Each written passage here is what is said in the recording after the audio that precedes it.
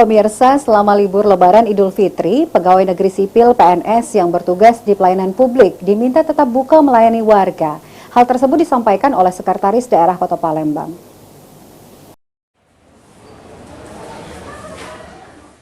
Selama libur Lebaran Idul Fitri, pegawai negeri sipil PNS yang bertugas di pelayanan publik diminta tetap buka melayani warga.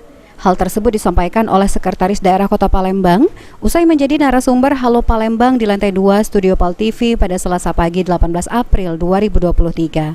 Adapun pelayanan publik yang tetap beroperasi selama libur Lebaran diantaranya pelayanan kesehatan, pelayanan transportasi publik, pelayanan pemadam kebakaran, serta penanggulangan bencana. Sedangkan untuk rumah sakit juga diminta tetap buka, layanan UGD dan 24 jam tetap buka.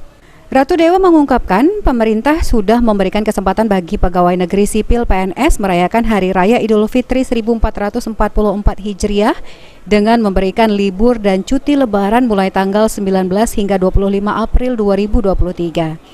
Namun libur tidak berlaku bagi pelaksanaan pelayanan publik, sebab pelayanan publik tetap buka melayani warga selama libur lebaran. Meski pelayanan tetap buka, pegawai yang bertugas di hari Lebaran masih bisa libur dengan mengatur jadwal bertugas dengan yang lain.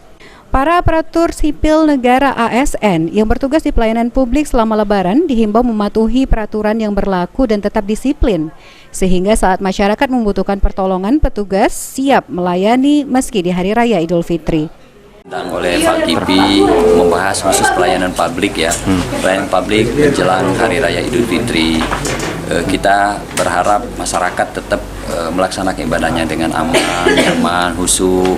Maka dari itu tadi sudah saya jelaskan semua dari seluruh pelayanan, baik sektor administrasi kependudukan, terus dari perhubungan, kemacetan, sampah dan lain sebagainya. Kita jelaskan semua tadi. Ini tetap buka Pak ya selama Lebaran Pak ya? Oh iya, pelayanan tetap buka semua. Tetapi pembagian shift-shiftnya, apalagi libur kita kan relatif panjang, 19 sampai 25. Abidin Riwanto, Pal TV.